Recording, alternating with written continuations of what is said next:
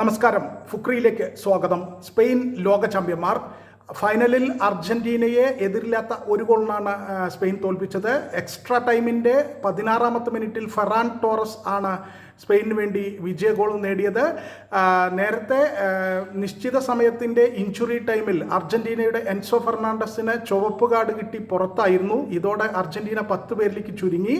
പിന്നീട് എക്സ്ട്രാ ടൈമിൽ ആ പോരായ്മ ബാധിച്ച അർജന്റീനയെ സംബന്ധിച്ചിടത്തോളം ഒരു ഗോളെ വാങ്ങിയുള്ളൂ എന്നുള്ളതാണ് യാഥാർത്ഥ്യം.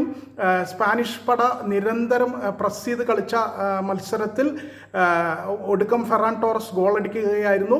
നേരത്തെ 90 മിനിറ്റ് കളിയിൽ പൂർണ്ണ ആധിപത്യം സ്പാനിഷ് ടീമിനായിരുന്നു എന്ന് നമുക്ക് സുവ്യക്തമായിരുന്നു. അർജന്റീനയ്ക്ക് ഒരു ഷോട്ട് പോലും, വളരെ കഷ്ടപ്പെട്ടാണ് ഓരോ ഷോട്ടും എടുത്തത്, ഒരു ഷോട്ട് പോലും കൃത്യമായി ഗോളിലേക്ക് തിരിച്ചുവിടാൻ കഴിഞ്ഞില്ല. പന്ത് ഏതാണ്ട് 70% സ്പെയിനിൻ്റെ കയ്യിലായിരുന്നു. അവർ നിരന്തരം അവസരങ്ങൾ ഉണ്ടാക്കിയെങ്കിലും Emiliano Martinez, Argentinian goalie Emiliano Martinez വലിയ വൻ മതിലായി നിന്ന് പല പന്തുകളും, ഗോളെന്നുറച്ച പല പന്തുകളും തട്ടി അകറ്റുകയായിരുന്നു. എന്തായാലും ലെമീൻ യമാലും റോഡ്രിഗോയും ഒക്കെ അടങ്ങുന്ന സ്പാനിഷ് ടീം രണ്ടാമതൊരിക്കൽ കൂടി ലോക ചാമ്പ്യന്മാരായിരിക്കുകയാണ്. കളിയിൽ സ്പെയിൻ അർഹിച്ച ജയം തന്നെയാണ് അവർ നേടിയത്.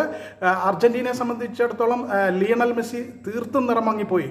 ഒട്ടും അദ്ദേഹത്തിന് പ്രഭ കാണിക്കാനായില്ല. ആ പ്രതിഭയോട് അദ്ദേഹം പൂർണ്ണമായും അദ്ദേഹത്തിൻ്റെ പ്രതിഭയോട് നീതി പുലർത്തിയില്ല എന്ന് തന്നെ പറയണം. എന്തായാലും സ്പെയിൻ ഒരു ഗോളിന് ലോക ചാമ്പ്യന്മാരായിരിക്കുന്നു. ലോകകപ്പ് ഫൈനലിൽ അർജന്റീനയെ അവർ ഒരു ഗോളിന് വീഴ്ത്തിയിരിക്കുന്നു.